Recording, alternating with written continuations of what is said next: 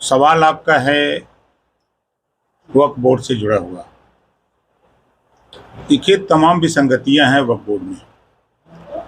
उस विसंगति को दूर करने के लिए संसद में बिल आया है। मकसद सरकार का है कि वक्फ बोर्ड में तमाम ज़मीनें पड़ी हैं पूरे देश में, और वक्फ बोर्ड का जो चेयरमैन है, जो जहां कब्जा किया हुआ वहां कब्जा किया हुआ है, तो उसको खाली करा करके उसमें कुछ कानून में संशोधन करके कुछ अधिकार सरकार के पास भी रहे, ताकि सरकार उसको खाली करा सके।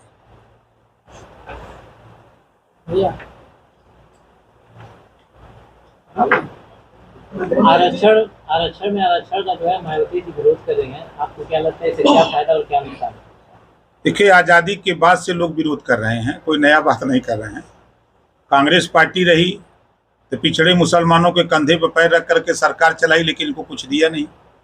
वही हाल समाजवादी पार्टी, बहुजन समाज पार्टी, पिछड़े दलित मुसलमानों के कंधे पर पैर रख करके इन लोगों ने राजनीति की सत्ता पाए। क्या दिया? आज अगर सुप्रीम कोर्ट ने कहा है कि उन गरीबों को जिनको आरक्षण का लाभ नहीं मिल पाया है उनको सरकार आरक्षण दे, तो आज बुरा लग रहा है। क्यों बुरा लग रहा है? हम बहुत पहले इसी गाजीपुर में जब शुरू में हम बोला करते थे कि आज के तारीख में जो DM, SP, DIG, IG, DGP, राज्यपाल, मुख्यमंत्री, राष्ट्रपति अनुसूचित जाति जनजाति का है, उसको आरक्षण क्यों? उसका आरक्षण खत्म करो, जो उसका पात्र है उसको आरक्षण दो। तो उस समय तो लोगों को नहीं समझ में आ रहा था। आज सुप्रीम कोर्ट ने जो बात कहा, 3 सितंबर 2013 को हाई कोर्ट ने कहा था कि 27% आरक्षण में जो जातियां आरक्षण का लाभ ले चुकी हैं उनको निकाल करके जो शेष जातियां आरक्षण नहीं पाई हैं उनको बांट करके आरक्षण दिया जाए। सरकार समाजवादी पार्टी की थी, लेकिन उन्होंने भी नहीं ध्यान दिया। तो जो सुप्रीम कोर्ट का फैसला है, इन लोगों के विरोध करने का मात्र इतना कारण है कि अमीर लाभ लेता रहे, गरीब परेशान होता रहे। मायावती जी का जो ट्वीट आया है या जो विरोध कर रही है, इसके पीछे क्या लगता है? क्योंकि आर्थिक आधार पर आरक्षण की बात तो उन्होंने भी कही थी। फिर विरोध किस बात का? वही तो आप गवाह हो। इसी गाजीपुर, चाहे लंका मैदान में मैं किया हूँ, चाहे कचहरी पर मैं प्रदर्शन किया हूँ। मैं 22 साल से मैं ये बात कह रहा हूँ कि जो मजबूत जातियाँ हो गई हैं, जो जाति व्यवस्था है, जो मजबूत जातियाँ, उनको उस एरिया से निकाल करके आरक्षण के दायरे से जो गरीब कमजोर हैं, जिनकी माली हालत खराब है, उनको आरक्षण देने की वकालत हम आज 22 साल से कर रहे हैं। उस फैसले को यदि सुप्रीम कोर्ट ने मुहर लगाया है तो मायावती जी को स्वागत करना चाहिए। अगर वो कह रही हैं जो बात, तो भूल गई जब उनकी सरकार थी। हम बोलते हैं तो विरोधाभास होता है। वो उस दिन भूल गई जब अंबेडकर ग्राम विकास योजना बनाई थी। क्या उन्होंने वो नहीं देखा? किसी दलित बस्ती में उसका लाभ दिया जा रहा था। वहीं ब्राह्मण, राजपूत, भूमिहार, अहिर, गडेरी, कुंभी, कोयरी, भर, चमार, मुसार, धोबी, खटिक, पासी, केवट, बिन, मला को नहीं दिखाई दिया, खाली दलित दिखाई देता था। उस योजना का लाभ किसकी सरकार में बना था? आज वो बोल रही हैं। ठीक है, वो नेता हैं, हम उनका स्वागत करते हैं, हम उनके साथ रह के काम किए हैं। वो राष्ट्रीय अध्यक्ष थे, हम जिला अध्यक्ष थे, लेकिन तब थे। लेकिन आज वो राष्ट्रीय अध्यक्ष है, बड़ी पार्टी है, उनकी राष्ट्रीय पार्टी है। हम छोटी पार्टी से, लेकिन है तो राष्ट्रीय अध्यक्ष है। 2001 में मुकुल सिंह की कमेटी की रिपोर्ट लागू नहीं हुई और राघवेंद्र सिंह की कमेटी की रिपोर्ट पेंडिंग। इस रिपोर्ट को सार्वजनिक करने के लिए क्या आप सीएम साहब से बात करेंगे?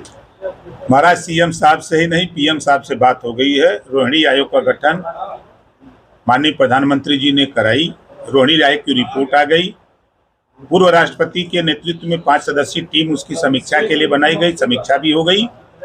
राष्ट्रीय स्तर पे आरक्षण को बांट करके देने की तैयारी सरकार कर रही है, और मुख्यमंत्री जी सदन में ही कई बार कह चुके हैं, और चर्चा अब गरमा रही है। जैसे आप बोल रहे हैं सवाल, उसी तरह हम लोग मुख्यमंत्री से, जब आपको कोर्ट का फैसला आया तो मुख्यमंत्री जी से मैं खुद मिला था, और मिल करके हमने ये कहा कि ये सवाल अब खड़े होंगे तो वो चीज़ें पेंडिंग में हैं, कहीं आप धैर्य रखो।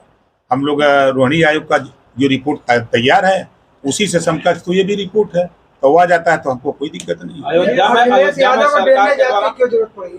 अखिलेश यादव को अयोध्या मामले में डीएनए जांच की क्यों जरूरत पड़ रही है? क्योंकि उनके पिताजी ने ही कहा था कि बच्चों से गलती हो जाती है। कहा था ना, आप ही लोग टीवी पे दिखाए थे। लेकिन यहाँ बच्चे नहीं है, बच्चों के पिता चच्चा हैं। चच्चा के घर में पुलिस चौकी किसने खुलवाया था? जरा उधर जाइए ध्यान से। समाजवादी पार्टी की सरकार में चौकी उसके घर में खुली और उस बेटी का बयान है, उस माँ का बयान है कि वीडियो बना करके बार बार हमको परेशान किया जाता था। उसके बेटी का बयान है, माँ का बयान है। तो पहले ही उसको बचाने की कवायद समाजवादी पार्टी ने किया। समाजवादी पार्टी को चाहिए था कि जांच करा लो, जांच में जो दोषी है, जब क्लियर कट रिपोर्ट आ रही है, लड़की कह रही है, तो आप परेशान क्यों हो? दूध का दूध पानी का पानी हो रहा है ना। यह योगी जी की सरकार है, बुलडोजर वाली। बुलडोजर की कार्रवाई जो है इसको उचित मानते हैं? 100% मानते हैं, ऐसे लोगों को बिल्कुल होनी चाहिए। हम तो पहले कहते हैं, देश में पहले नार्को टेस्ट बाबा साहब डॉक्टर अम्बेडकर जी ने संविधान में लिखा है ना, पहले राजभर ओम प्रकाश का करा दो नार्को टेस्ट, उसके बाद सबका करा दो, देखो दूध का दूध पानी का पानी होने लगेगा। अयोध्या की जो घटना हुई है उसको ओम प्रकाश राजभर व्यक्तिगत रूप से किस तरह से देखते हैं? देखिए, हम इसकी निंदा करते हैं। ऐसी घटनाएं नहीं होनी चाहिए। ऐसी घटनाओं को रोकने के लिए कड़े कानून लाए जा रहे हैं। बहुत से लोग कह रहे हैं कि कानून में इतनी कड़ाई क्यों, जैसे कि करोड़ रुपए का जुर्माना, आजीवन सजा। तो बहुत से लोग कह रहे हैं कि इतना कड़ा कानून नहीं, तो लोगों के दिल में मन में भय व्याप्त हो कि हम ऐसी हरकत नहीं करेंगे। इस नाते ऐसे कड़े कानून लाए जा रहे हैं कि लोग इस तरह की काम न करें। सांसद है वहाँ अयोध्या के अवधेश प्रसाद जी, वो पत्रकारों से कह रहे हैं कि मुझसे जबरदस्ती पूछ लीजिएगा इस पे सवाल। एक जनप्रतिनिधि ऐसी भाषा का इस्तेमाल क्यों कर रहा है? भारतीय समाज पार्टी, हम मांग करते हैं कि पहले वो रिजाइन दे। वो सांसद को इस्तीफा दे देना चाहिए, उनकी पार्टी का होनी चाहिए। ऐसी घटनाओं को रोकने के लिए कड़े कानून लाए जा रहे हैं। बहुत से लोग कह रहे हैं कि कानून में इतनी कड़ाई क्यों, जैसे कि करोड़ रुपए का जुर्माना, आजीवन सजा। तो बहुत से लोग कह रहे हैं कि इतना कड़ा कानून नहीं, तो लोगों के दिल में मन में भय व्याप्त हो कि हम ऐसी हरकत नहीं करेंगे।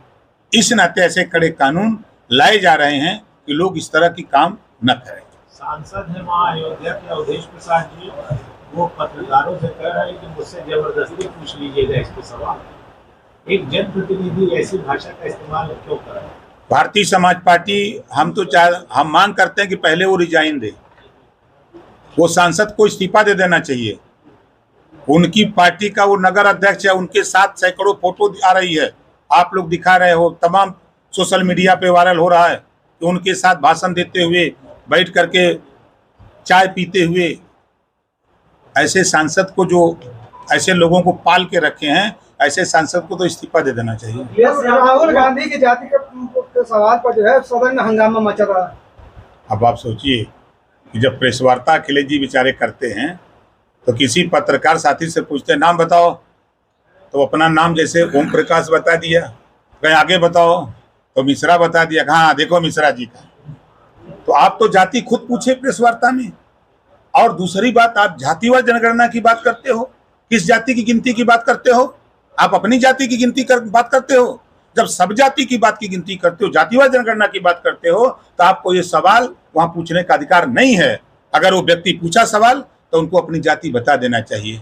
ओम प्रकाश राजभर आज पहली बार जो है गेस्ट हाउस में मुलाकात हैं, क्या वजह रही सर गाजीपुर के मामले में कोर्ट में हमारी पेशी है, उसी मामले में इधर हम आए हैं, तो हमने सोचा कि आप लोगों से भी मिल लें। क्या मामला था सर?